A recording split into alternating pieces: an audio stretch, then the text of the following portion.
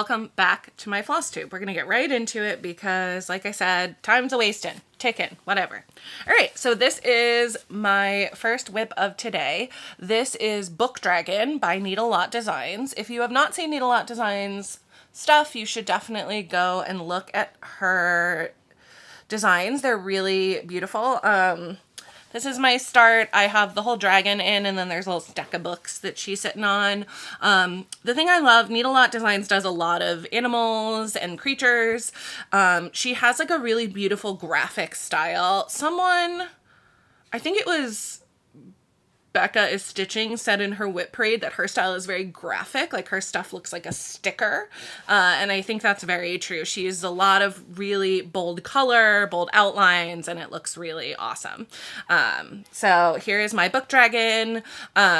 This is on 36 count Ancient by Picture This Plus. I am doing this 2 strands over 2, so the coverage is like really thick, so you can see how like puffy and plush those stitches are.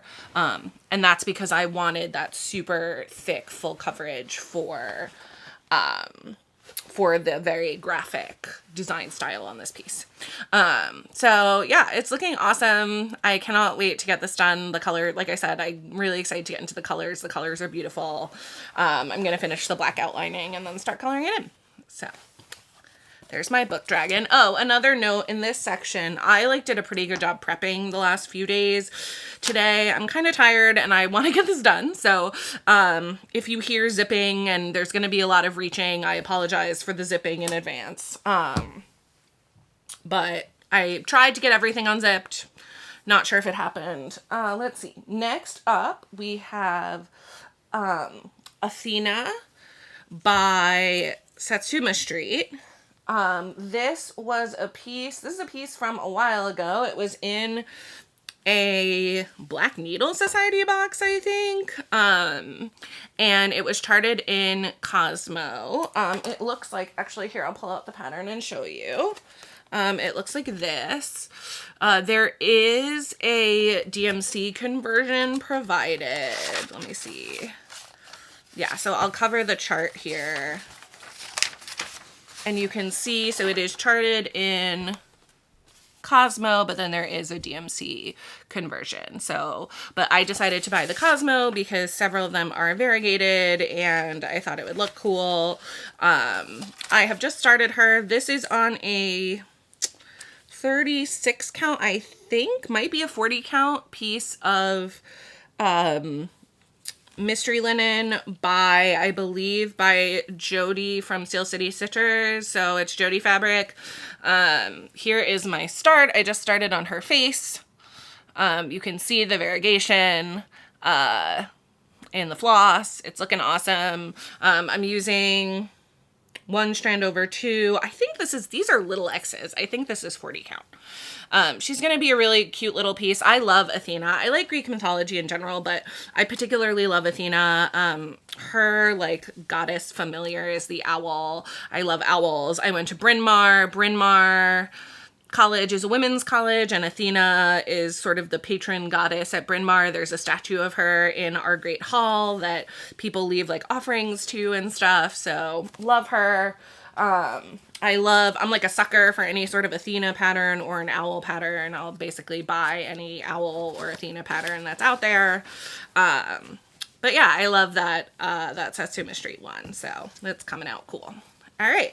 Next up, we have Mary Morgan's by Fox and Rabbit. This is my only current reproduction sampler. I tend to like reproduction samplers that are interesting in some way, really bright and bold colors or weird motifs. I have a few Hands Across the Sea patterns. One is Jane Hopkins, which a lot of you have probably seen on other people's floss tubes. I know the Huga Stitcher is stitching Jane Hopkins.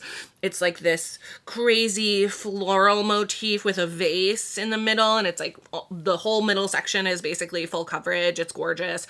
And then I have another one that's Anne something that's beautiful birds, and the birds are just, I don't want to stitch the whole thing. I just want to stitch the birds. Anyway, this is Mary Morgan's. This is by Fox and Rabbit. It is a reproduction sampler. I love the bold colors.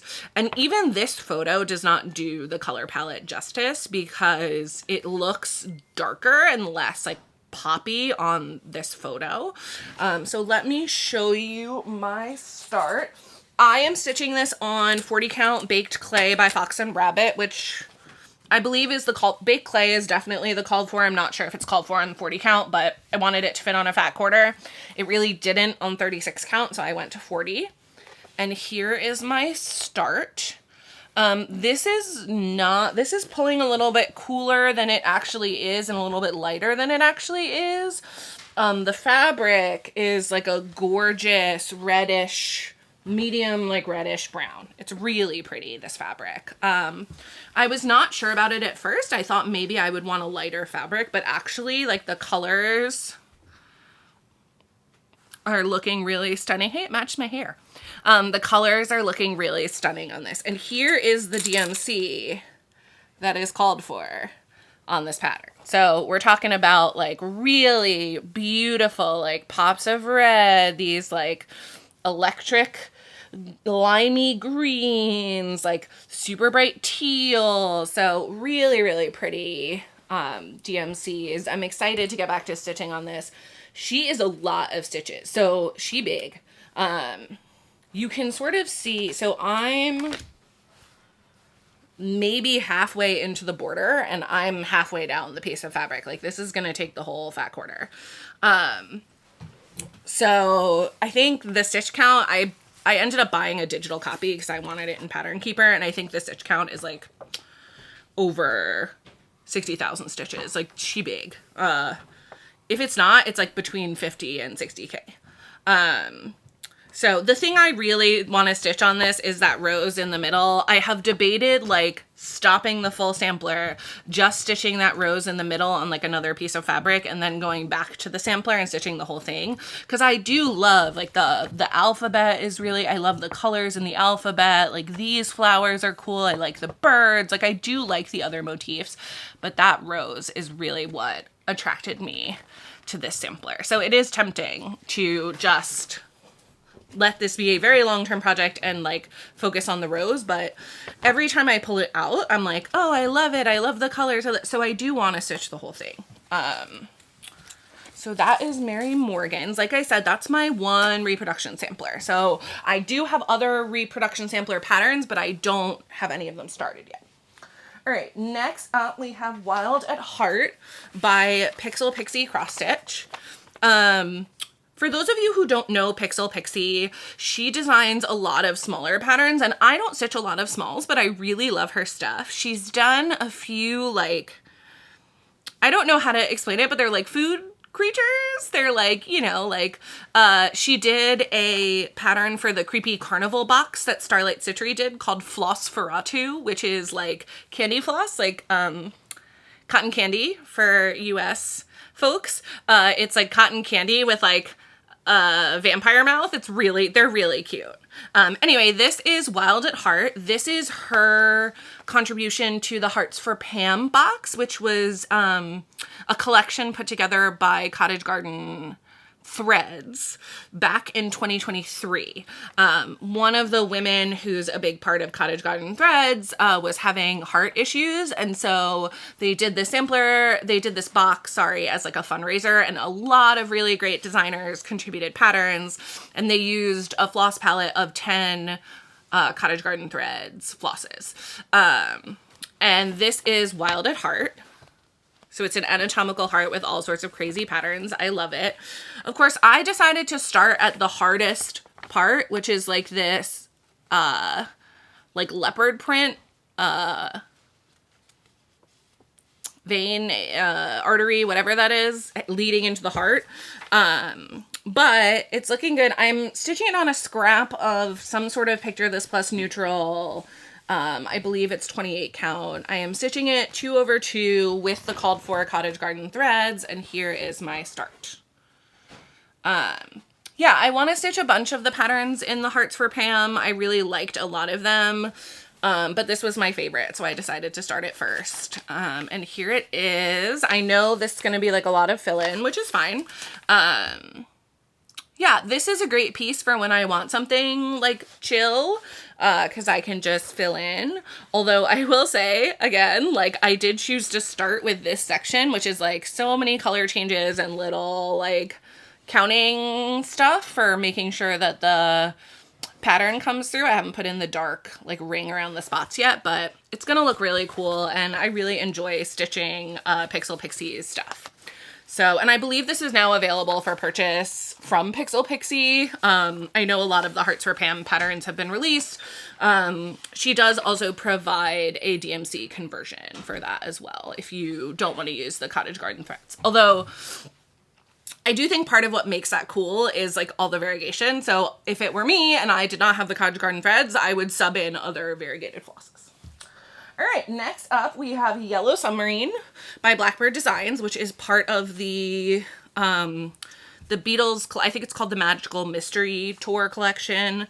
They did a bunch of Beatles inspired patterns. I love Yellow Submarine. My niece, when she was little, really loved the song. She's now 6 and has completely disavowed it, but I don't care because I also love Yellow Submarine. Here is my progress. I've outlined the submarine so I can start filling it in. This is on vintage cedar plank, which I believe is the called for. I ordered this like when I got the pattern, and I ordered it from a shop that was like, hey, like we don't have this in stock, but we will order it for you. It will take months and months. Do you want to wait for it? And I was like, yeah, sure. It's Lakeside. This is vintage cedar plank by Lakeside Linens. And I was like, sure, it's a Lakeside Linens. Like I will absolutely wait for it. I don't have to start it right away. I have plenty of projects. I waited for it. It came. It has been years since it came, and I still have not finished this. It is fun to stitch on. I pull it out sometimes. I haven't pulled it out in a while, and every time I take stuff out for my WIP parade, I'm like, oh, it looks so fun. This is stitched with a variety of classic colorworks. This, and so I believe it's Pam from Stitch New England / Stitching in the Land of Good Enough. Her floss tube is one of the first that I watched, and I really love her floss tube. And she stitched, I believe it was this and Octopus Garden together. And she was like, oh, I'm going to put them in my bathroom. And I was like, first of all, I love the Beatles. I've loved them since I was a child. Second of all, I was like, that's brilliant. Like, what a great project for a bathroom. So I bought them and all of the Cottage Garden, and all of the classic colorworks. And yeah, this is my start. Once again, it's really enjoyable to stitch on. I will say though, I tried to iron this, like it's been in a project bag for a while and it is wrinkly as hell.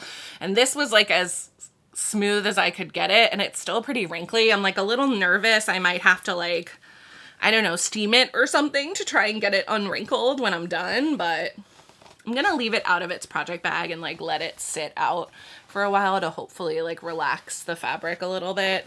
But yeah. All right. So my first fancy lady for today's segment is going to be The Baker's Wife by Mirabilia.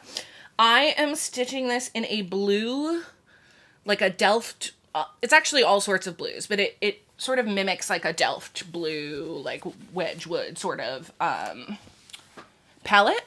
And, I got this conversion from a Facebook group called Mirabilia. I believe it's called like Mirabilia Nora Corbett Full Conversion. So, if you search Mirabilia Full Conversions on Facebook, you can find this group. People do amazing things with like color changing. And this group is specifically not just for like a skin change or hair change. It's for like complete color conversions of Mirabilia and Nora Corbett designs. So someone did a blue version of The Baker's Wife, and then my friend Amanda at Lucky Chance Stitcher stitched the blue version, and it was stunning.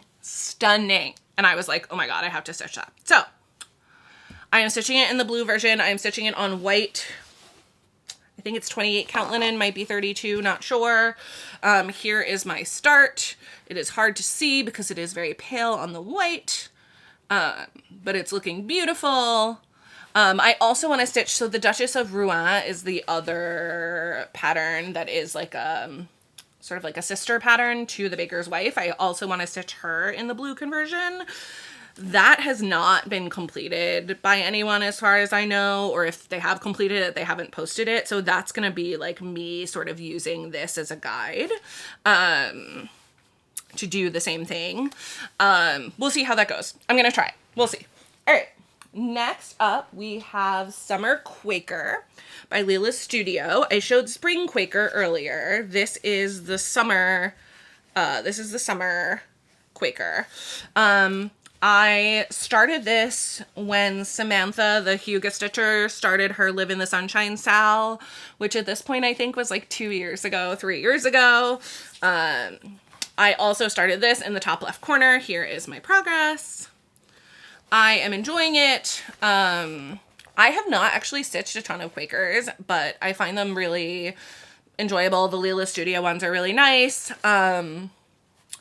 Like many people, I eventually want to stitch them all. I think, yeah, I started with summer. I ended up, originally I wasn't sure if I was going to stitch them all. I thought I just wanted to stitch summer, and then I really do love the autumn one, and I grew to really love the spring one as well, especially with my color conversion, so I'm excited about that. This is getting stitched using all the called for colors. It's all in DMC. Looking good. This is on...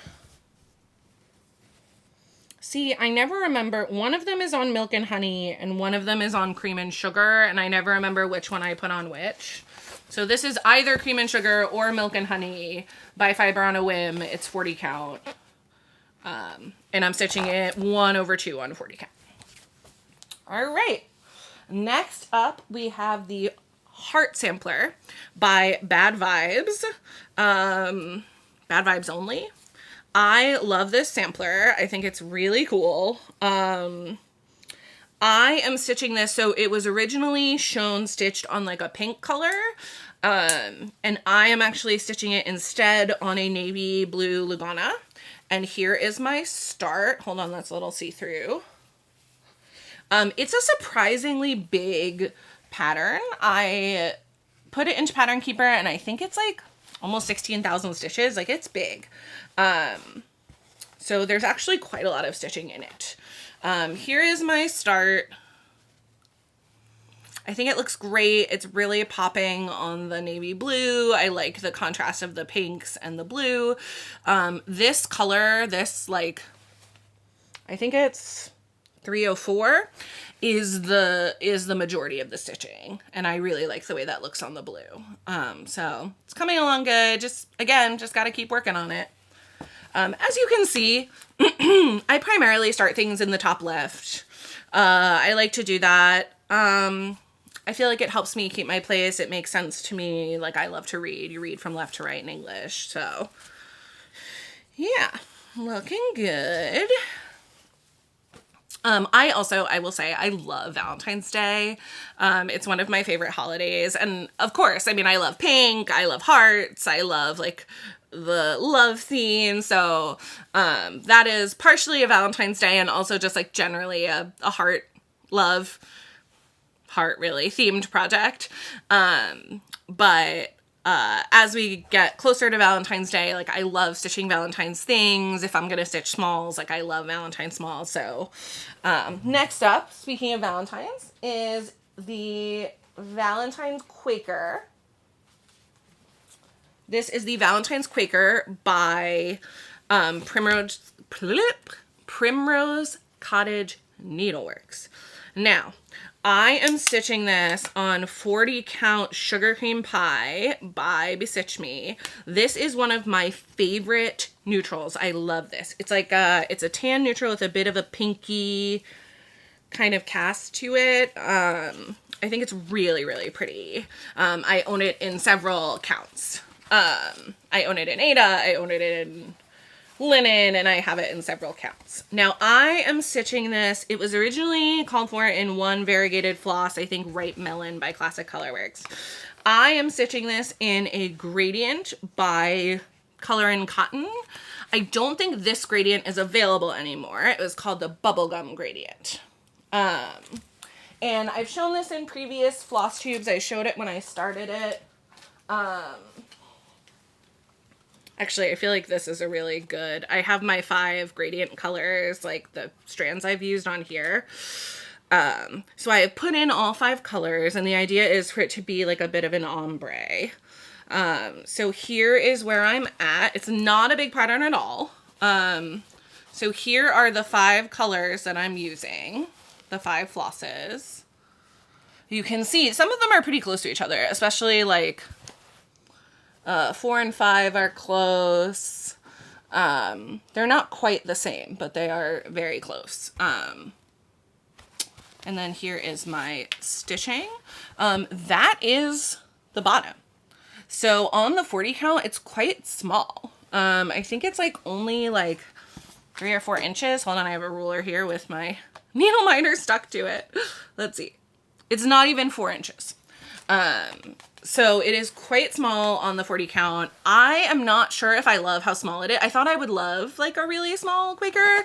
I sort of wish I had stitched it on something a little bit bigger. I honestly might restitch it on something bigger, because I do love Valentine's and I love these colors and I'll have plenty left over.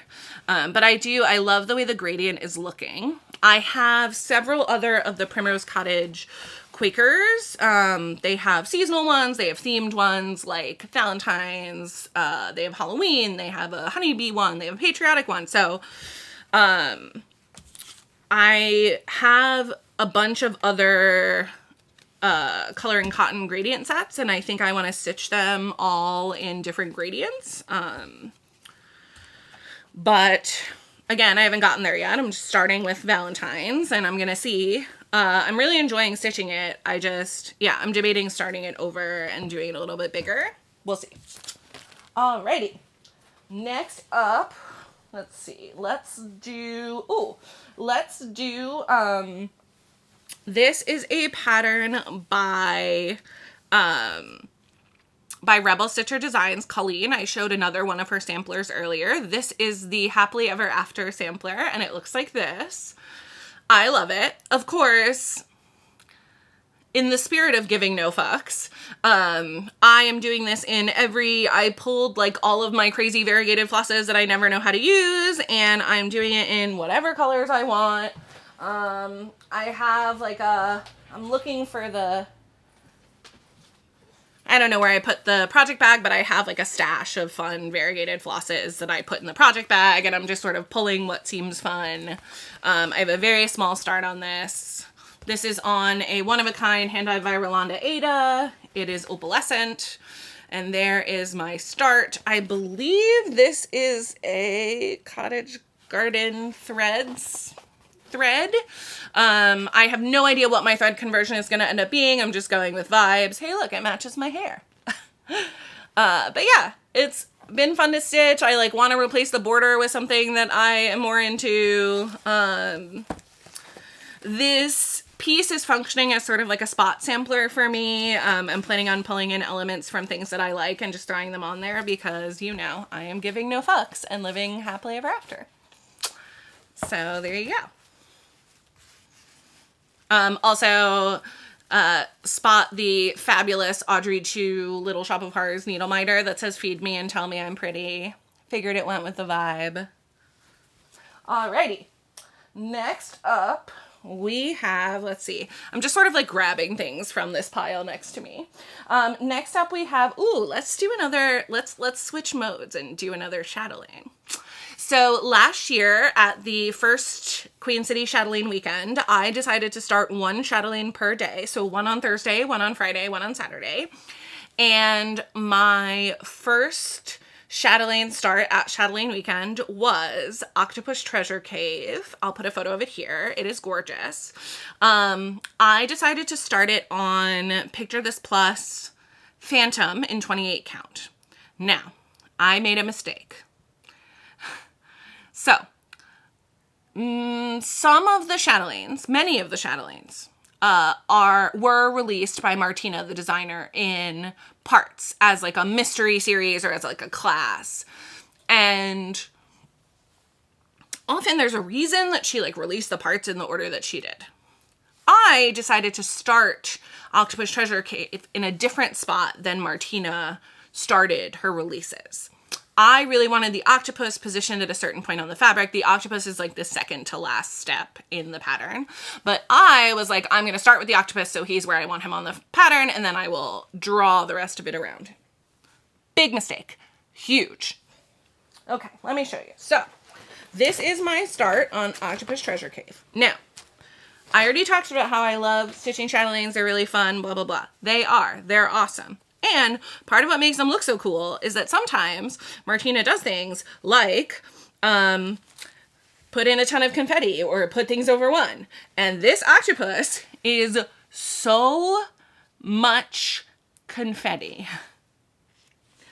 And I'm stitching it on a dark fabric because Octopus Treasure Cave and I want the colors to pop, and they are popping. It looks amazing. I love this fabric. However, this as a starting point, I have done many, I would say at least like 5 or 6 stitching sessions on this octopus. And because of all of the color changes, because it's so much confetti, like it has been a tough place to start. And it has been a slow start.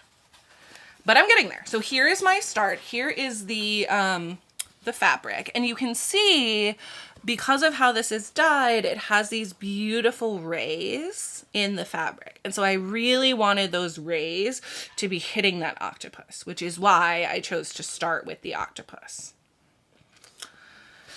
I'm not even done stitching him in yet. You can see there's still like a bunch of holes in his tentacles, but you can at least now see that he is supposed to be an octopus.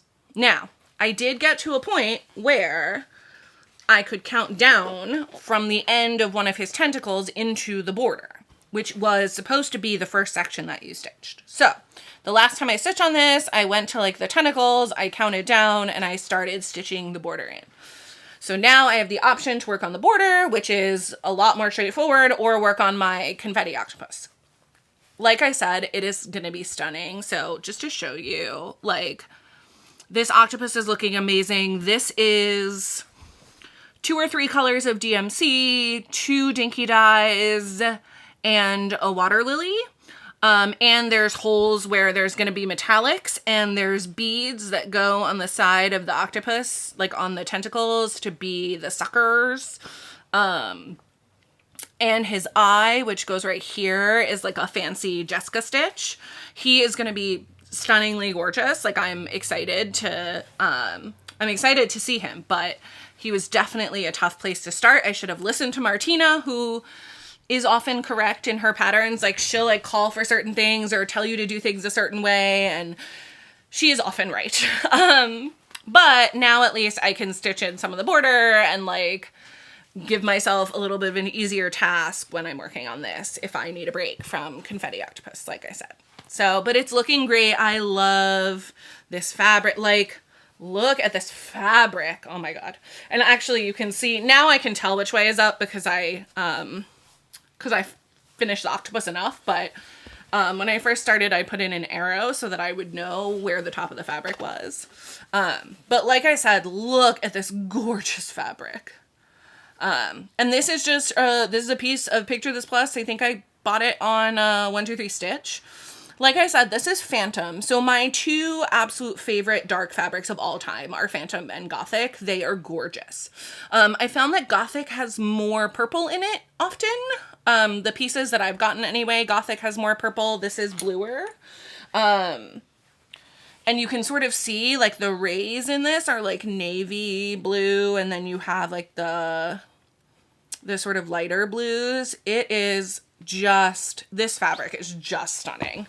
I own several pieces of Picture This Plus Gothic. Whenever I need like a night sky or a dark blue or dark purple, honestly, like, yeah, those are my favorite Picture This Plus fabrics. They're beautiful. Every piece I've ever gotten has been gorgeous. So if you want a dark background for something, I cannot recommend Picture This Plus highly enough.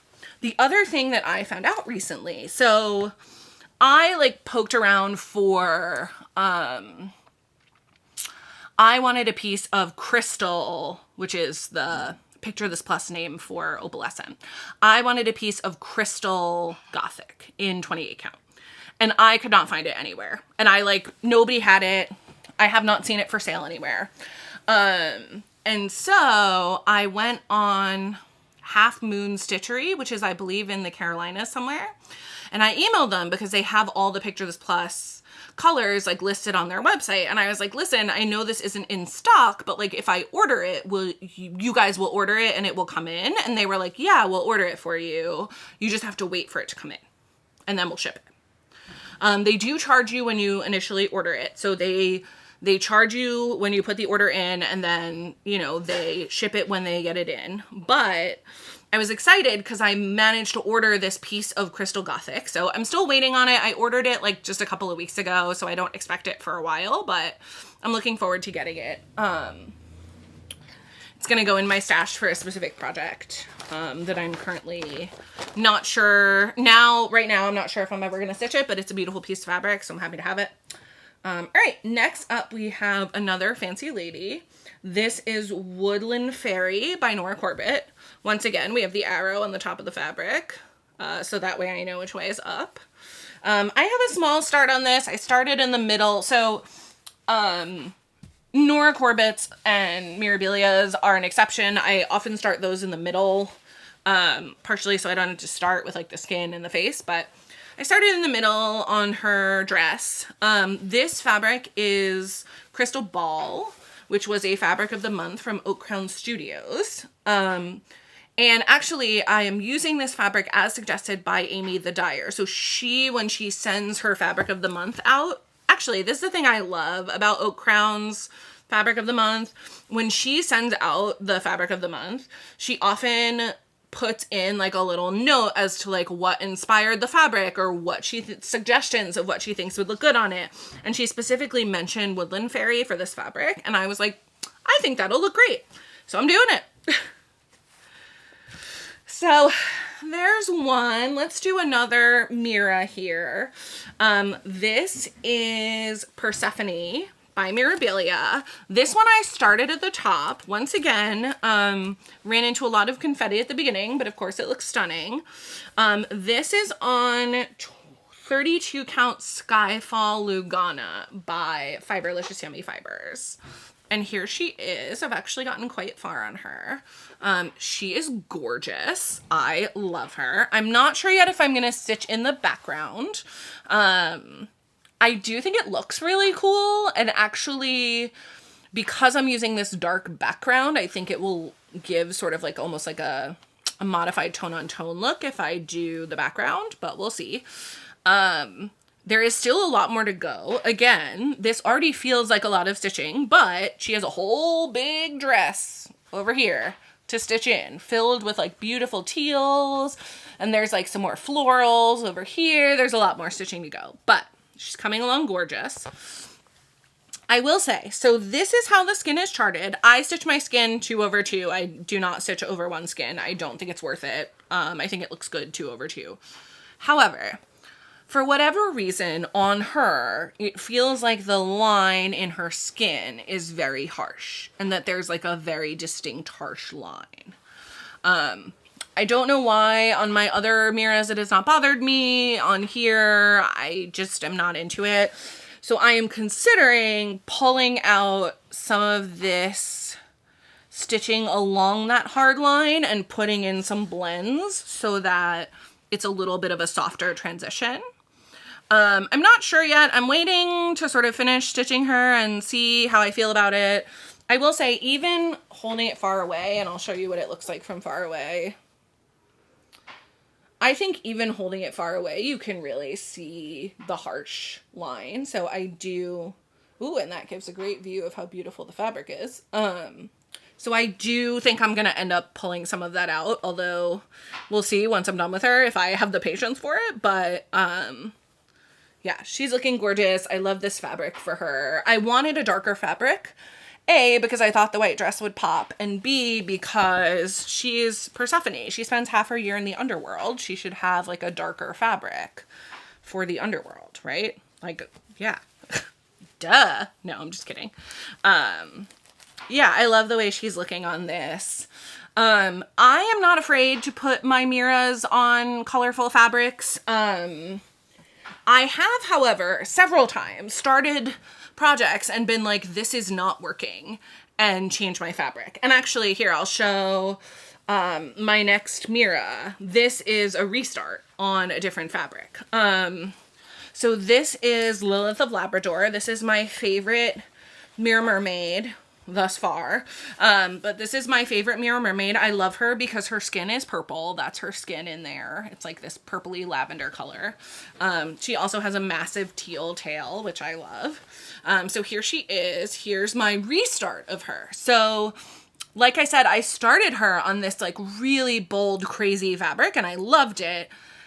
And it didn't work because the fabric was too crazy and the color of her tail was just like blending in, and it took away from the stitching, and you don't want that, right? You want it to enhance your stitching and enhance the vibe of the piece.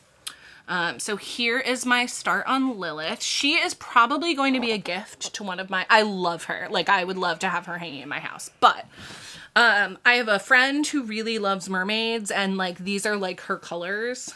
So she will probably be a gift to that friend, which, I mean, if you're gifting a piece to a friend, and this is also, I will say, this is a friend that like, this is one of my best friends. She's really more like family than a friend. And like, she is not someone that I think will ever leave my life. You know what I mean? I mean, we've now been friends for, God, like almost 20 years, which is crazy to think about, but we've now been friends since we were in college, and like I said, she's like family to me, so I don't think there's a world in which I ever won't see her, right? And so I will get to see this piece because it will be at her home, and I go to her home to like see her and hang out with her. So stunning, love her. She's super easy to work on.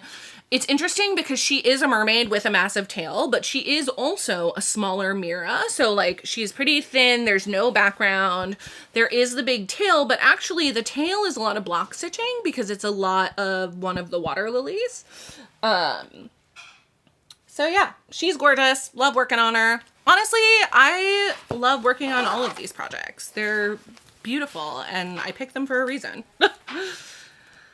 But yes, I did mention too, the restart. This fabric is Fieldstone by Color and Cotton. It's a 32 count Lugana. It's definitely an even weave. It's definitely, yeah, I'm pretty sure this is 32 count.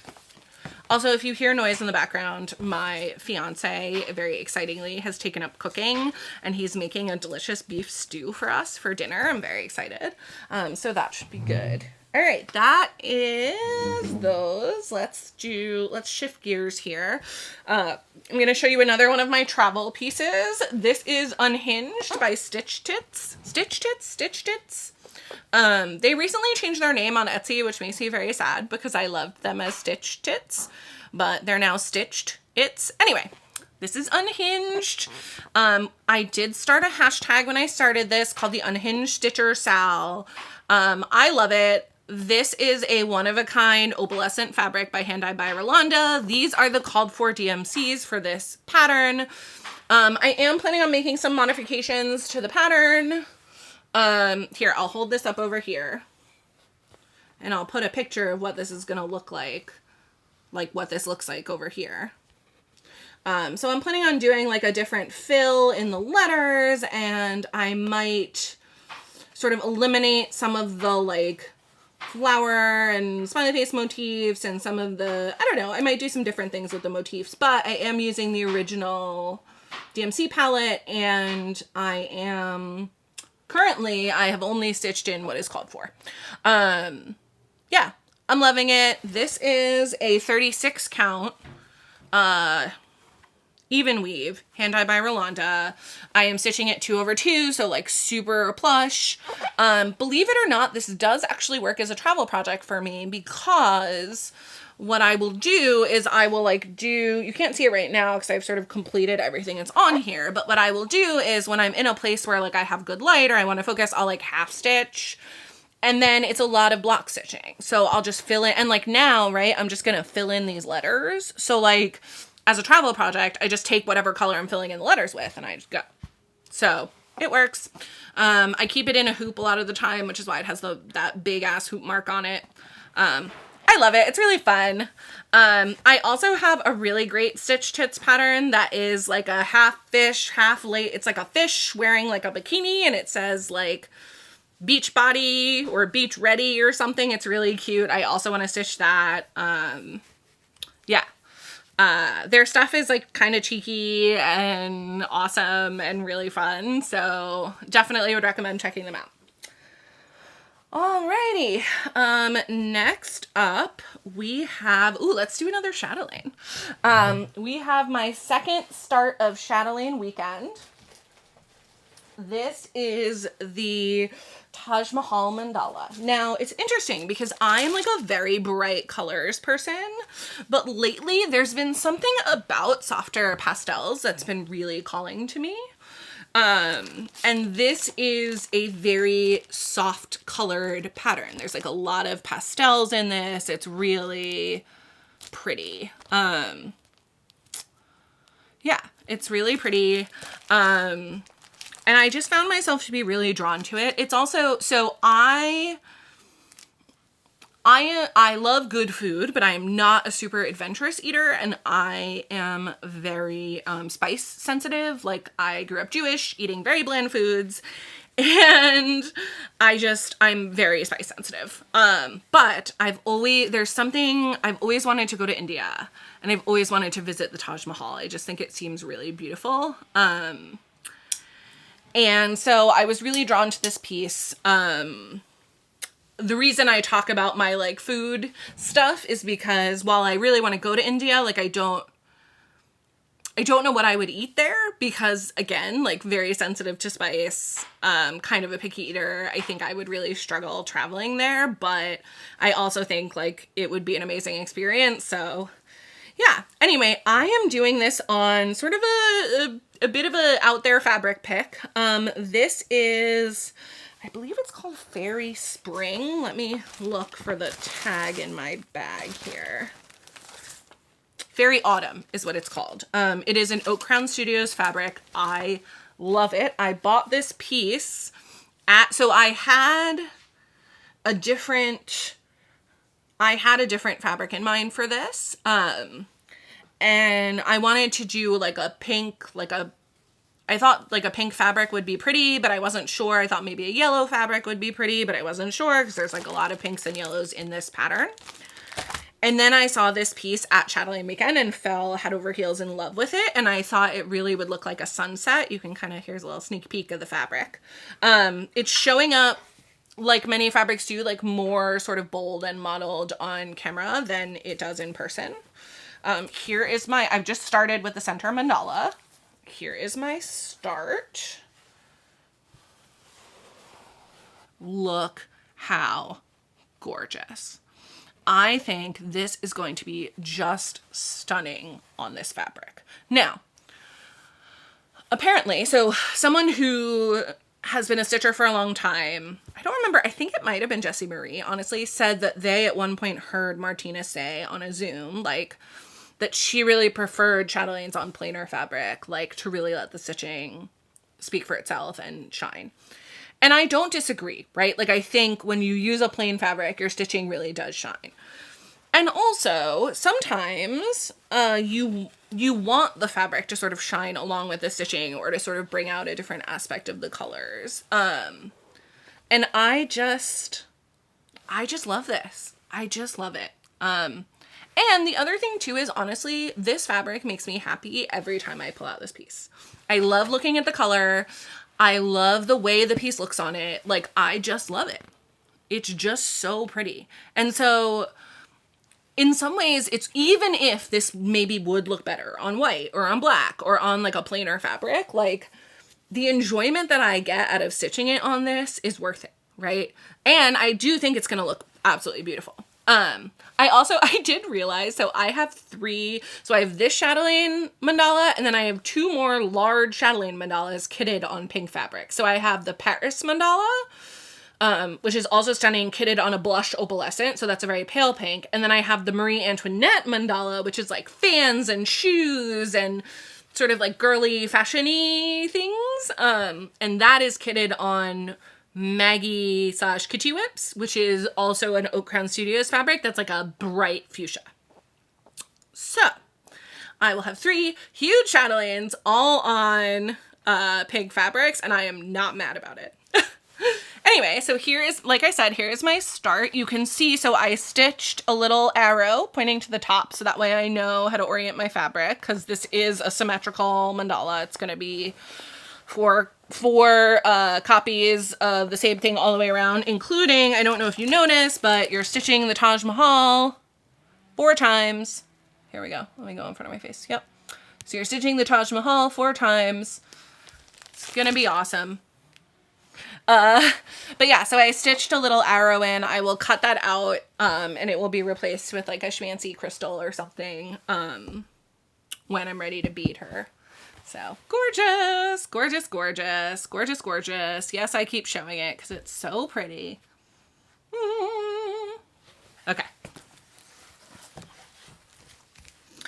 And I also, like, I cannot encourage you enough. So seriously, like, so far I've only done the crosses, right? And so there are empty spots. Like, there will be specialty stitches in here. There will be some specialty stitches like around the edges. But honestly, like, there are other designers who do mandala patterns, like Ink Circles, for example, like Carolyn Manning. And like, this is essentially, it is a giant mandala. So if you like stitching that kind of thing, like, try out a smaller chatelaine, especially one of the mandalas. There is a lot of cross stitching in it. And honestly, like, you don't have to stitch the whole piece. The patterns are very expensive to not stitch the whole piece, which is why I would recommend getting a smaller one. But, you know, you could just stitch this center. And like, it would be really pretty. I've actually been thinking about maybe stitching the center of a chatelaine, and making it into a biscornu. They do a smalls exchange at the chatelaine retreat, so I've been considering maybe like doing that for a smalls exchange. I think it would be kind of fun. We'll see. We'll see if I have time and energy for that, but loving it. Alrighty.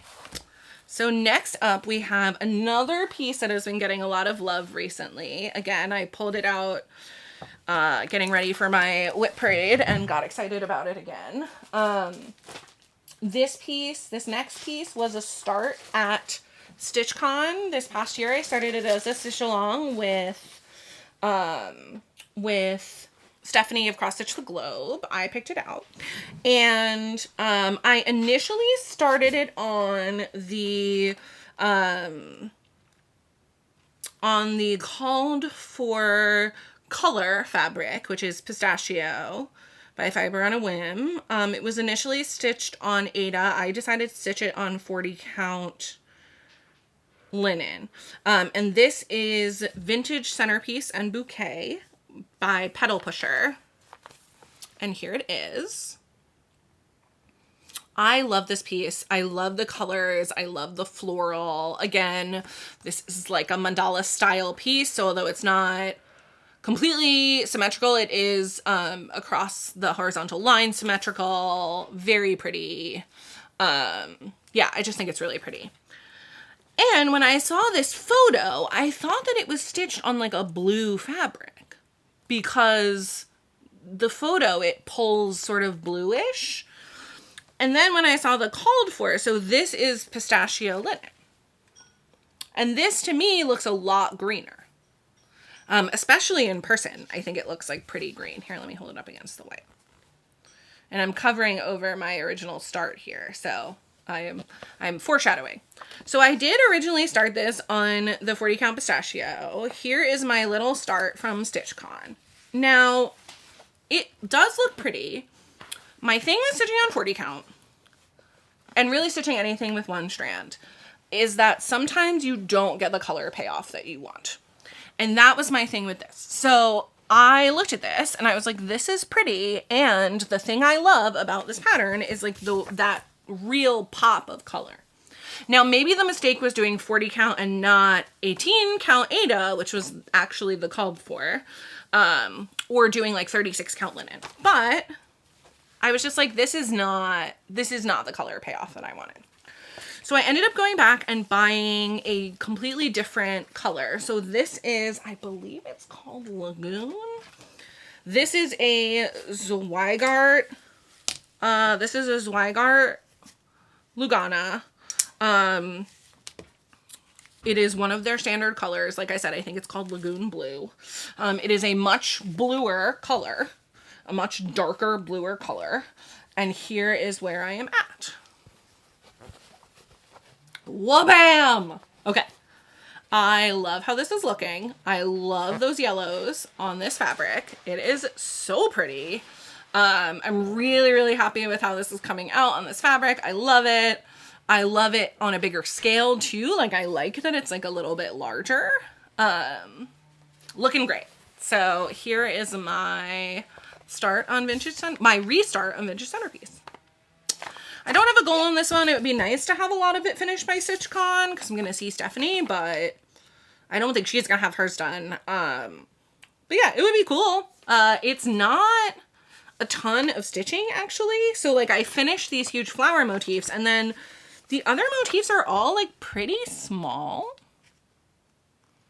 They're just like a bunch of little motifs around. So I'm sort of hopeful maybe I can get it done. I don't know. Here, let me show you the DMC palette because it really is just so, the colors are just so pretty. And I really do like them on this fabric. Hold on, I'm doing a little spread array here.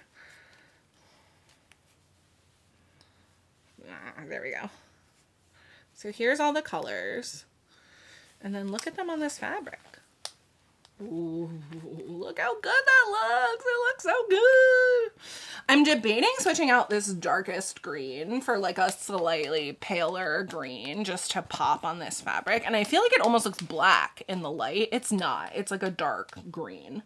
It is DMC 500. So, you know, dark gray green. But yeah, beautiful. Beautiful. Love it. All right.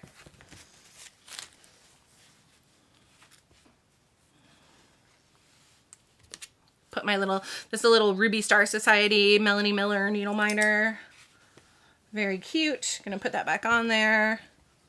I felt like it sort of has that like vintage retro feel to it, which is why I picked it. It's funny, I thought I would not be this way because I was like, oh, like I love all needle miners, it'll be fine, like I just buy what I want. But I do tend to like my like needle miners and things to coordinate with the project. So like I want it to be like a, you know, like a similar vibe or similar colors or like the subject related or something. I do that with my project bags too, which is kind of annoying because I own like a bazillion Halloween project bags and I like don't stitch.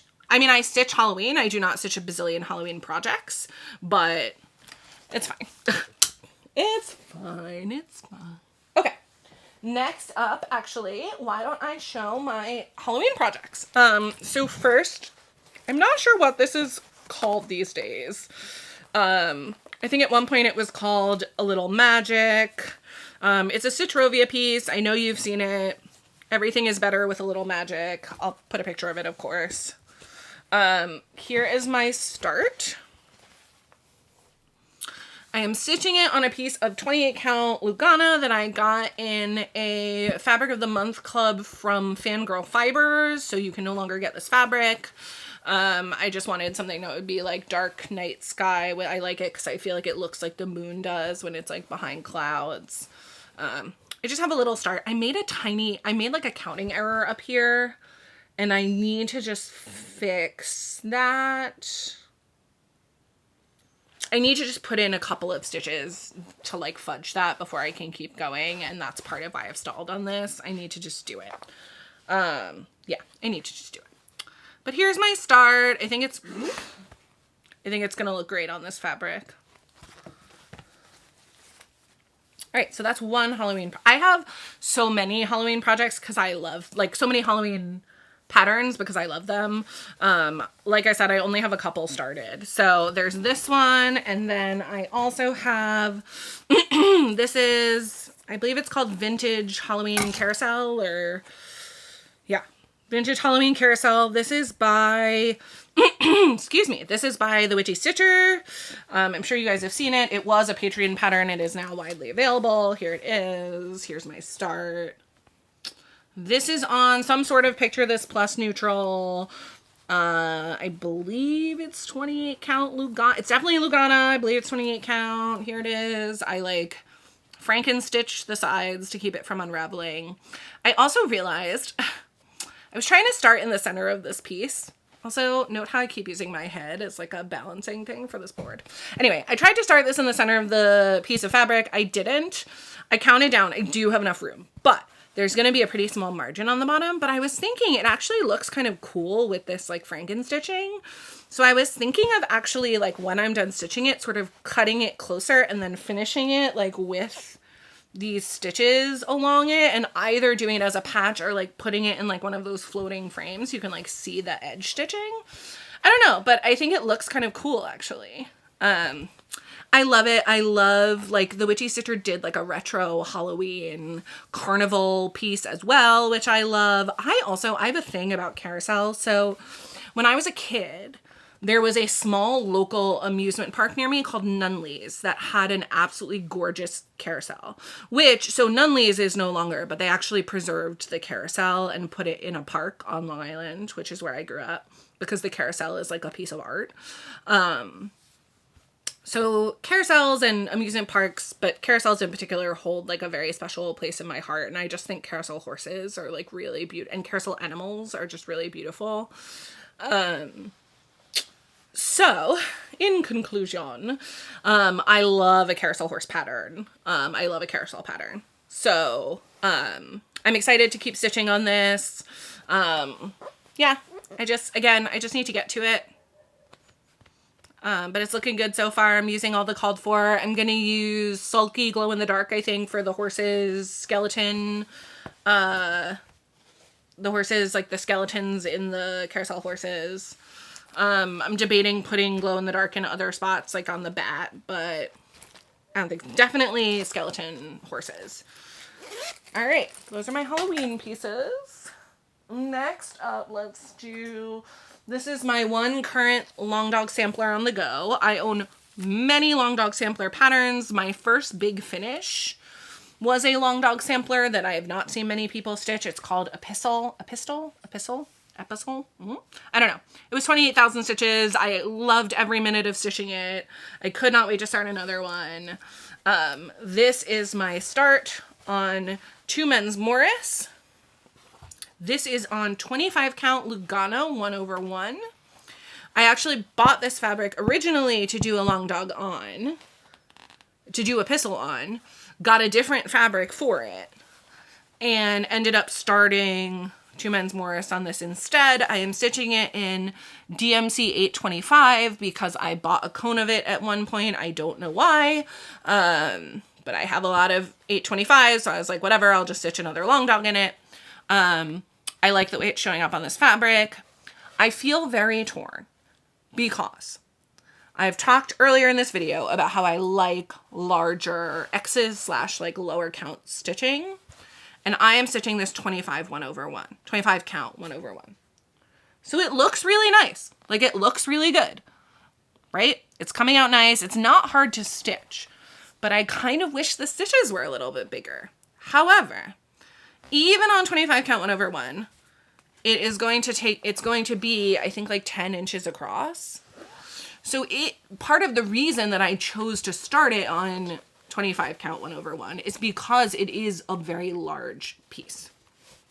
So I'm really torn about whether to I actually bought a piece of this fabric in 32 count, a fat half in 32 count, because I was like, I'm going to restart this on 32 count, and however big it is.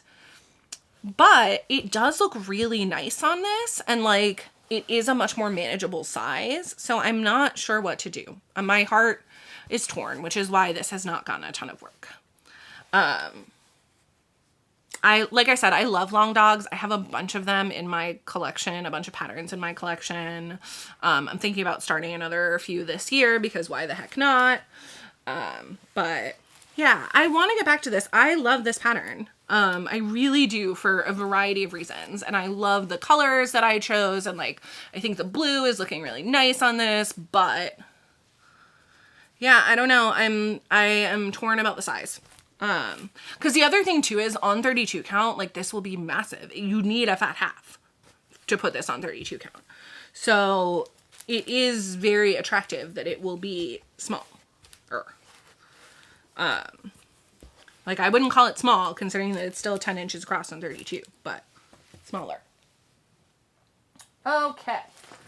Now, why don't we do my full coverage pieces? So I have 3 full coverage pieces currently on the go. I don't know if I will ever finish them. I don't know how far I will ever get on them, but I am enjoying stitching them regardless. 2 of them are Randall Spangler pieces. I love Randall Spangler. I love his little dragons. So the first one that I ever started was Mini Teacup Bath by Randall Spangler. And let's see, is this it? No, it is not. See, hold please. Okay. All right. Mini Teacup Bath by Randall Spangler. Is this it? Yes, I think. Yes. Okay. All right. This is the one that I'm the furthest along on. And I have a little bookworm needle minder that is really cute on it. I am sure by now I put a photo up, but if not, here's what it looks like. And here is my start. Started in the top left corner. I don't know if you can still see them. I have little marks on the fabric where the corners will be. So here and here. So that's how big it will be. And it goes to here. So that's how big it will be. It's about between 40 and 50,000 stitches. And again, that's the mini. Yeah, it's coming along. I stitch extreme cross country because I find parking to be very, like, I can't figure it out. It is probably, I feel like if I could figure it out, parking would be easiest. That being said, I have watched many video tutorials. I guess I just need to try it. I don't know. I feel like I just can't figure it out. So I'm also probably stitching this like the slowest possible way, which does not help with finishing it, but I do like I enjoy stitching cross country. I am stitching this. This is 28 count, 1/1 full cross. I tried 2/1 tent stitch and hated it. I did not like the way it felt to be stitching it. I did not like I didn't like the coverage. I didn't like the way it looked. Like, I just found it hard to get I just was not into it. So 1/1 full cross on 28 count. Extreme cross country. That's where we're at. So that is my first full coverage, is Mini Teacup Bath. My second Randall Spangler is A Little Light Reading, which I love because I too used to read under the covers in my house. And often would use like my phone or like another electronic thing. I had like a little book light. Yeah, super cute. I did not think about the fact that this piece has like approximately 17 bazillion stitches of ecru in it. Also, I asked, so this piece was, I want to say like 140,000 stitches, the full size one. And I asked Hay to make a mini for me, which she did. And the mini is 90,000 stitches. So this is a mini. It's not that mini to me. Let me put it on here. So even the mini, so what I did with this and what I've now started doing with full coverage is I am using the grid, but I also have marked like 50, 100, 150, because what I've discovered is that I will happily just like jump around. And to help me count, I like marked, because ultimately this is water soluble marker. It'll come out in the wash and I'm going to get it frame tight anyway. So whatever. But anyway, what I didn't think about is like this entire top portion is all like different shades of ecru, which, spoiler alert, not super easy to see on this white fabric. That being said, who knows if I will ever finish even close to this whole piece. Oh, the sun is now doing friendly things. Thanks, sun. Who knows if I will ever finish anything close to this whole piece. So I also started the dragon, which is the fun part. I have been trying to like alternate putting in like light colors and dragon, but also there's a part of me that's like, if I never finish the whole thing, why am I wasting my time like working up here? So started the dragon. It's going to be super cute. I'm excited to keep working on it. I love Randall Spangler. I just think his stuff is really adorable. I'm excited to see the dragon come to life. Yeah. And then my only full my only full-size Haid, my only full-size full coverage started so far. I own some more patterns. This is Galaxy Girl by Molly Harrison. I did consider getting the mini, but I did not love the mock-up. I thought it was not detailed enough. This piece is, hold on, let me look at where I marked on the fabric. This piece is 500 vertically by 400 horizontally. So this piece is quite large. I initially started in the top left corner and then decided to move to the part of the piece that I like really wanted to see, just to see how it was looking. So here, let me see if it's hard for me to even get this on the board so you can see both of the parts that I am have stitched on. Okay. So here we go.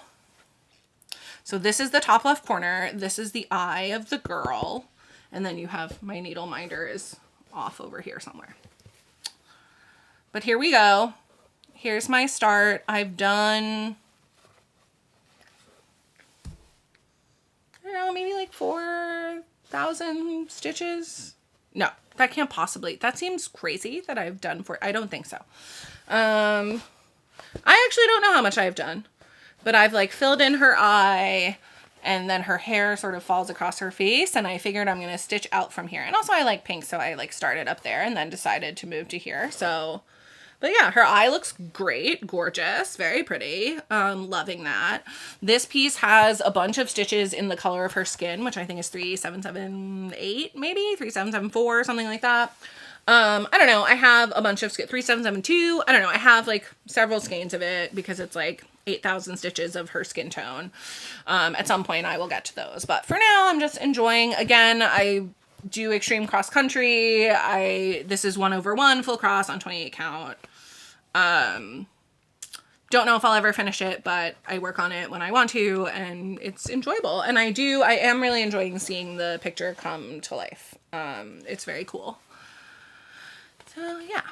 And if anyone has like a good parking tutorial or like is coming to one of the Queen City retreats or StitchCon and is willing to sort of like walk me through parking, I would love that, because I just don't get it. Like I understand it conceptually, but when I think about actually doing it, like it just, there's something about it like just doesn't compute. I don't know what I don't get, but I just don't.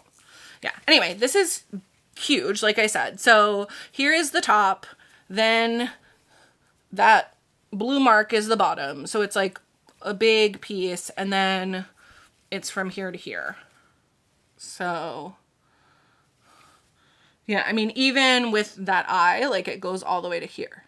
So we're talking big piece. This is over 200. I think it's like over 200,000 stitches. So like I said, don't know if that will ever get done in my lifetime. It's fine. It would be nice. It would be really cool to get it done. Like I would love that. But I don't know if it's ever gonna happen. We'll see. I decided to make my own little like makeshift floss storage thing for this. I would not recommend it. I would buy them. This is just like cardstock that I hole punched. It works okay. I think I might like transition over and like buy something because I don't love this mess. We'll see. For my other full coverages, I have a bobbin box for mini teacup bath, which I do like. Actually, I like bobbinating. And I have just like a baggie of DMC skeins for a little light reading. So, you know, we're trying it all ways. It's not really working always, but we're trying it. Yeah. All right, so those are my full coverages. Sorry about the zips. Okay, we're actually making quite a bit of progress here. Okay, I'm feeling good. All right, so next up, we have my last Mirabilia WIP. This is an out-of-print pattern. I got it, I think, on eBay. You can find them. They tend to be a little bit pricey, but it's very beautiful. This is Fairy Moon. This is the second design that Nora ever released as part of the Mirabilia line. I started her sort of in the center. She has a lot of block stitching. She's very relaxed. I find her very relaxing and sort of reflective to stitch on. I am stitching her on, I think it's the Gray Stuff by Grace Notes Fabric. It is a 28 count Lugana, I believe. And it's interesting too. So this is her second Mirabilia. There are no water lilies in this. There are a lot of beads, but not a ton of colors of beads. But it's primarily DMC. I don't know if there's any Krynic in this, or if there is, it's like very little. Even her wings are like purely DMC. So here she is. Here is my start. I wanted to do her on a fabric that gave like a nighttime vibe, because Fairy Moon, but was not super dark, because I did not want to have to be stitching a Mira on like super dark fabric. So here's where I'm at. Nora is unparalleled when it comes to like blending and this fabric look, like stunning. I made a mistake somewhere in her shawl. There's a mistake somewhere in here. I have been ignoring it and just counting off of other parts. And I will just sort of fill in, hopefully, as I can, to fix the mistake. I missed a couple of stitches, and so I'm like off a row, but I'm just gonna fill in around it what makes sense, and hopefully it will look fine, because I'm not taking out, like, I would have had to take out like hundreds of stitches, and I'm not doing that. So here it is. Like I said, this is her shawl. This is sort of the start of her dress, comes down here, and then you have her wing comes back here. I love her. Like I said, super relaxing stitching. She's coming out beautifully. It's a lot of block stitching, as you can see. But yeah, gorgeous, gorgeous. Love her. Can't wait to finish her and put her on my wall. The colors for the moon are pretty close to my fabric color, I think, because it's like 414, 415. I might end up changing some of those colors just so that it pops a little bit more. We'll see when we get there. Yeah, I don't know, but she's looking great. Oh God, I have to sneeze. Excuse me. Okay, we're back. Post sneeze. Post sneeze. Very pink. Okay. And actually, we're getting close to done, sort of. Okay. Next up, we have my last, let's do my last chatelaine start. So this was my last start at the chatelaine retreat. This is Autumn Water Garden. This is another large mandala. I started this on 28 count, 32 count. I think it's 32 count Moonstone. I was in the Stitch Caught auction for charity, and I won a full yard of fabric. This was the first full yard I had ever owned. I actually ended up trading the second half of my full yard to another stitcher for other fabric. But I kept half of it for my Autumn Water Garden. I'm sure I've already put up a picture, but if not, here it is. Once again, arrow on the top of the fabric, so I know the top started in the middle. Did you just hear my fiance sneeze too? I really hope we're not getting sick. All right, this is the one that I have the smallest start on because I got a little stalled. So here is my start. I'm gonna hold it up close to the camera. I got a little stalled because at the very beginning, close to the center, there are these over one fish.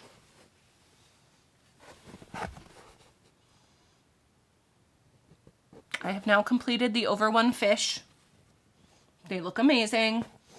They do. And I had to just one day, actually just this week, like last week, I was like, okay, I need to just sit down with my light and my magnifiers and just finish the over one fish. And I did. And now I feel like I can move on to like not the over one parts. So I will also say, so I owned this pattern in a paper copy. And I ended up, and granted, I am lucky enough to have the funds to do this, but I ended up repurchasing it in a digital copy because First of all, I like having the ability to zoom in, particularly on the over one sections. Second of all, the digital copies of these mandalas often, not always, but often have the center motif like as its own page, so you can like really zoom in. But especially for this over one, like I was really struggling. So let me see, do I have the paper pattern? Yeah. Let me see if I have it in here. I do. So I just want to show you a tiny section of what the paper pattern looks like. So you can see why I might have wanted to zoom in. So that is a tiny section. As you can see, I've covered up most of it, but those are the over one fish, okay? It's teensy. It's so small. Really hard to see. Really, really hard to see. And so for this pattern, especially like having a digital pattern where I could zoom in and really be able to see those symbols was invaluable. And made stitching those over one fish like so much easier. So I have transitioned to using a digital pattern for this. And I think it's the right call. There are people who stitch chatelaines from paper patterns. I know like Amy of Fiber Arts Amy loves using paper patterns. I think she has only paper patterns, which is why I bought the paper patterns actually. Oh, and they were on sale on 123 Stitch. But I was like, you know, I can try stitching it from a paper pattern, like maybe that will work, but no. I have discovered that really I need to use a digital pattern. Like I can't do them with a paper pattern. Most of the large mandalas that she puts out, she being Martina of Chatelaine, most of the large mandalas that she puts out can fit on a fat half of fabric. There are very few that, I believe there are some smaller ones that fit on a fat quarter. I think Rainy Day Seasons Autumn, I believe, fits on a fat quarter. That's one that I have kitted up to start. But like a lot of these larger mandalas, like I think this one's going to end up being like 18 by 18 or 17 by 17. So that's not going to fit on a fat quarter. So you do need a fat half of fabric. There are chatelaines that only fit on a full yard. And I will say another little plug for Oak Crown. If you message Amy of Oak Crown, she does sell chatelaine cuts. So you can get a custom cut that's like, you know, 36 by 36 or, you know, sort of a piece that's custom cut to chatelaine size. But a fat half works, like I said, for a lot of these.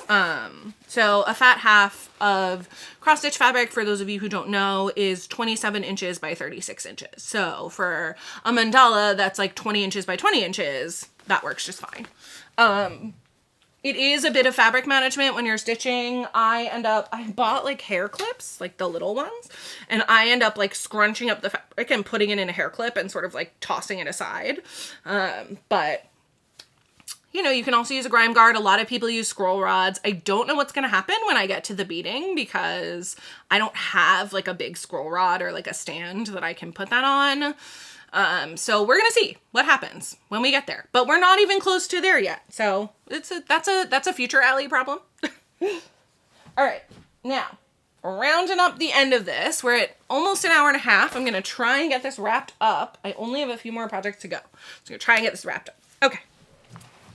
So next up is Stitchy Stars by Lori Holt. I like this because I love a quilt. I'm a beginner quilter. I love a quilty pattern. This looks like this. It is charted in Weeks Dye Works with a DMC conversion. I decided that I wanted to use a color and cotton palette that I had. So I put together like a color and cotton palette for these, leaning heavier on the pinks, instead of reds. So here is my start. This is on good old 14 count Rustico Oatmeal Aida. And there is my first star. This is super easy, relaxing stitching. Here is my palette. This is, not sure what the white is. I think it's just plain white. Might be 36, 38, 65, but this is my Color and Cotton colors that I pulled for this. They are, Ringmaster is the bright pink, Taffy is the light pink, Alexandrite is the dark blue, and Robin's Egg is the light blue. And I love those pinks and blues together. I think they look stunning. I love them in the quilt blocks. I love the way this first block came out. Like, I think it just looks great. This is just easy, enjoyable stitching. I have a printed copy of the pattern. I bought the digital copy, but I printed out a copy. This, now that I'm looking at this, I'm like, this should become like travel stitching for me. And it is certainly, I've taken it on trips with me. I started it on a trip to Quebec City last summer. But I'm looking at this and I'm like, oh, this could be like travel stitching, like bring it to work for downtime kind of stitching. So yeah. Looking good. That feels very summery to me. I don't know if it's because I started it over the summer or because it's like sort of patriotic color. I don't know. Feels very summery to me. All right. Next up, we have a pattern that is by Lola Crow. This pattern was exclusive to Acorns and Threads. I believe you can now buy the PDF. This came out in 2024. The minute I saw it, I believe it started as a pattern for Acorn Gathering. The minute I saw this pattern, I was like, I must have it. It's so cute. This is Acorns and Friends by Lola Crow. I liked it so much, I bought a printed copy from Acorns and Threads because I had to have it. Now I have bought the PDF because it's a lot of color changing, as Lola Crow is known to be. This is Acorns and Friends by Lola Crow. How stinkin' cute. It is a great irony of my life that I love raccoons and I love to stitch raccoons, except raccoons are gray and black are not that much fun to stitch, but raccoons are so cute. Anyway, these are all animals stitching cute things, like this raccoon stitching a trash can. It's so cute. I can't. And like the little skunk. The skunk is stitching little flowers, and the dead possum holding up a mushroom, a toadstool, and like the crows and the little acorns. Oh my god. I'm obsessed. It's so cute. It's so cute. Look at it. It's so cute. It's so cute. Okay. Anyway, I had to start it immediately. I did. I had never stitched a Lola Crow. I own several of her stitch-alongs, but I had never stitched one. Holy cannoli, the color changing. Oh my god, so many colors. And you can see, so here is the key. So many colors, so many different backstitch colors, like holy moly. But the reason, of course, is that you get absolutely amazing color results on this. Like you get great depth and shading from all of those color changes. It looks amazing. And here is my start. I start in the middle with the cutie raccoon. So cute. Can't wait to get back to this. This is another one. I'm like, oh, I can't wait to go back and stitch on it. But it's a lot of like confetti, a lot of like color changing. So this definitely is going to take more time than it looks like it will. I think it seems like that is how the Lola Crow patterns are. Like, I think they just take a while, and that's okay. It is worth it. It looks awesome. It's gonna be great. But yeah, that is Acorns and Friends. Like I said, I don't think it's exclusive to Acorns and Threads anymore. I bought the digital pattern immediately as soon as I could. All right. Next up, we have a Bothy Threads kit. This is one of the Rendale design kits by Hannah Dale. They have a very distinct look to them. This was being stitched by Memphis Sarah E. I saw it and was like, oh my god, it's me. You cannot tell in these glasses, but in my previous glasses, those are my glasses on this llama. I also love llamas. Look how cute that llama is. So cute. Oh my god. I have several of these cute animal Bothy thread kits saved. This might have been my first kit start, like from like a big cross stitch kit. Anyway, I don't know. I'm stitching it with the called for, all the kit stuff, etc., etc.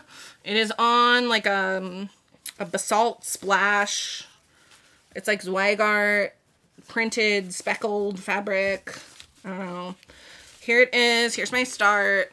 I started in the middle because it's a kit with the Laminos. I love it. It's super easy stitching. Like I said, I wish I had a digital pattern, but I don't, but it's still easy to stitch on. Very enjoyable. Really looking forward to getting it done. I'm saving those red glasses because everything else is all grays, of course. That's the thing, right? Like lots of cute animals in the world, but many of them are gray and black and brown, which like are not the most fun colors to stitch with, but whatever. All right, next up we have Unicorn Garden by Sprouting Lupine. This is a beautiful piece. I love unicorns and magical things, of course.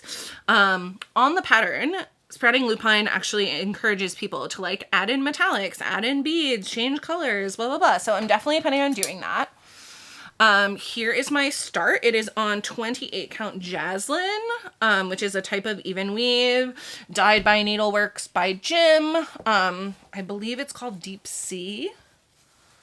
I don't know, it might have been a one of a kind. I don't know. Anyway, here is my start. As you can see, I've already changed the color of the unicorn's hair to pink. I will be doing the horn in metallics. I have plans. I started with the unicorn.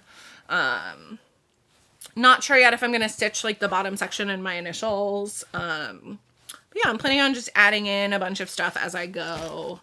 I tossed some metallics in here. There's like, this is actually a beautiful, this is an overdyed Threadworks Krynic. This is some Rainbow Gallery, Petite Treasure braid. I tossed in some DMC copper. I have a bunch of the DMC colors in here, more DMC metallics. I'm going to toss some beads in. So yeah, I'm just sort of going with the flow on that. Vibes, you know. Yeah, good start. I have a bunch of other Sprouting Lupine patterns, some of the smaller ones, like the Nature Walk ones. There's one with a great horned owl that's really beautiful. She had like a witch pattern that I recently got. I want to stitch those too, but started with the Unicorn Garden because unicorn, of course. Also, okay, I know I've been showing project bags, but I made this project bag out of this fabric from Spoonflower, and it is just the cutest. I love these little unicorns and roller skates. It's so cute. I love it. And we have matching hair. Okay. We're almost in an hour and a half, and I'm almost done. Ay, ay, ay. Okay. Let's see. Oh, next up, close to last. We have Don't Feed the Plants by Ingleside Imaginarium. I love this piece. However, it is 22,000 stitches, most of which are green. It is huge. It is much huger than you would think. Here's my start. It is on 16 count Garden Party Ada, which I believe is the called for. This was a market release in 2023 or 2024. I do love it. It's looking gorgeous. I am stitching this with all of the called for Bestitch Me silks. It really is just like so pretty, and I love Little Shop of Horrors, so I was like so excited to stitch this. It's just a lot of stitching green, honestly. But it's easy stitching. It looks cool. I'm sure I will get back to it at some point. Yada yada. I love this fabric. The Garden Party fabric is like the coral and the like dark green on like a peachy yellowy base. I'm trying to get it in the camera. I don't know that you can really. Maybe that's the best. Yeah, gorgeous fabric. And of course, as I pull this out, I'm like, oh, it looks so good. I should stitch on this. And I should. I should stitch on everything, honestly. Anyway, I also just love that it's called Don't Feed the Plants. It doesn't say that on this sampler, but I honestly might have to like put the text in somewhere because I love Little Shop. And that's like what makes this for me, right? Is like, yes, it's very pretty, the plants, and you can kind of tell from the big flower at the top that it is supposed to be Audrey 2, the giant Little Shop plant, but it honestly, like, the name makes it, you know? I love it. Like, I always struggle when a piece has like a really fun creative name and then like it's not in the piece anywhere, and I'm like, but I want people to know what it's called because it's funny and great. Like, wait. All right, so I am about to call it on this WIP parade. I have 2 more WIPs I'm gonna show you. Could you even hear me when I was talking into the floor? All right, I am gonna show you my last 2 WIPs. There are WIPs I have not shown you. I have had enough. I'm done. I'm done with the WIP parade. I am once again going to say, like, I'm gonna come back really soon and give you like a WIP update, and it's gonna be great. I hope. So my last 2 WIPs are both Owl Forest pieces. They were purchased back at a time where you could get the Owl Forest threads and things for not $1 bazillion in tariffs and shipping. This first one is Borscht. I really love this piece. I think it's so cute. I love the little like dog and cat waiting for their soup. The Owl Forest threads are just beautiful. They're like variegated and stunning to stitch with. I mean, like, look at this color. Like, look at this beautiful red. Gorgeous. I really like Owl Forest. I have many kits by them. I think I have like 6 or 7 kits by them. I also have like many other of their patterns sitting waiting to get started, but I have to be like in a mood to stitch them, and lately I just haven't been in an Owl Forest mood. But here's my start on Borscht. Like, look at those colors just popping out. Oh, gorgeous. All right. So that is my start on Borscht. That is a fabric that I chose. I love yellow. I really do. I can't wear yellow. Like, I look really funny in it, but I just love it. Unsurprisingly, it's sunny, it's bright, it's fabulous. Not unlike yours truly. All right, and then my last WIP, zip zip. My last WIP is 100 Owls by Owl Forest. Now, there's a while where I was doing Owl Forest Fridays. Part of me wants to bring that back. Although, again, I have not been in a super Owl Forest mood lately. I am getting along on this. There's still a lot more to do, but here is where I'm at. I started once again in the top left corner.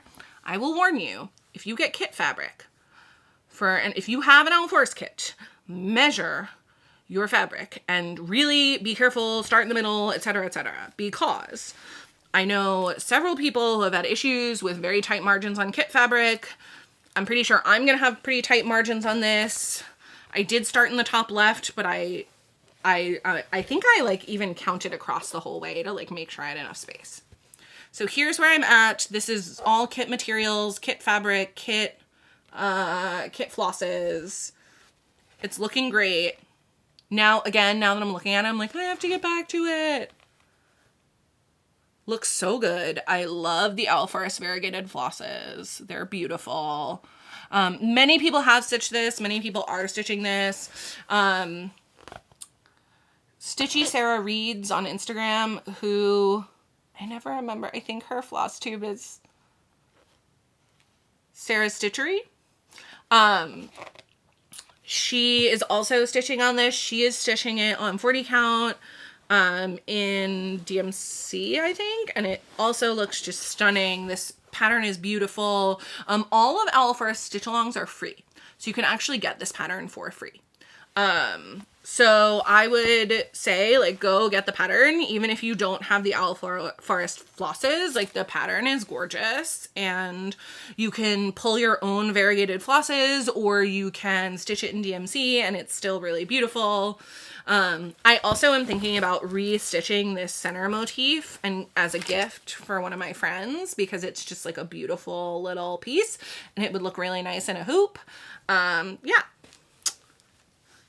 And that is my WIP parade. I don't even know how many WIPs I've shown you. I am exhausted. I am at 1 hour and 35 almost minutes, and that is session 3. So we're done now. Plans for 2026. Keep on stitching. I'm going to 3 retreats this year. I'm doing StitchCon in June. I'm doing Chatelaine Weekend in July, and I'm doing Queen City, which is Teresa Wensler celebration, in October. Did you see any Teresa Wensler WIPs? No, that's because I don't have any. I might start a Teresa Wensler there. I might not. I really love the Queen City retreats. Full disclosure, I am a junior member of the retreat team. It is Amy and Maggie's retreats, but I am one of their devoted minions. I help out with the raffle and collecting money for charity when I'm there. So I am slightly biased, but part of why I work on those retreats is because I absolutely love the people involved and I love the community. If you are looking for a retreat to go to, the Queen City retreats are awesome. The venue is beautiful. The hotel is great. The vibes are impeccable. Like, it's a really cool crew of people. And you don't have to be stitching on whatever the theme is. Like, sure, it's fun, right? Like, it's fun if you're a Teresa Wensler person to, like, bring your Teresa Wensler and talk to other people who are into it. But there are people who come to the retreats who have never stitched anything by those artists, myself included, right? I've never stitched any Teresa Wensler, but I'm going because it's gonna be awesome. So yeah, so that's exciting. I'm excited for the retreats. Other plans. My only, like, goal for this year is to get my wedding sampler done before my wedding, which is next year. And I want to keep trucking on Halloween at Hawk Run Hollow. I'm sure I'll start a bunch of things again this year. Hopefully I'll finish some stuff. And yeah, that's it. That's the whole shebang, y'all. Thank you so much for bearing with me through these multiple filming sessions, through a feature film length WIP parade. Let me know what you think. Please like, comment, subscribe. Find me on Instagram. Yeah. Let's party. All right. Thanks, everyone. Bye.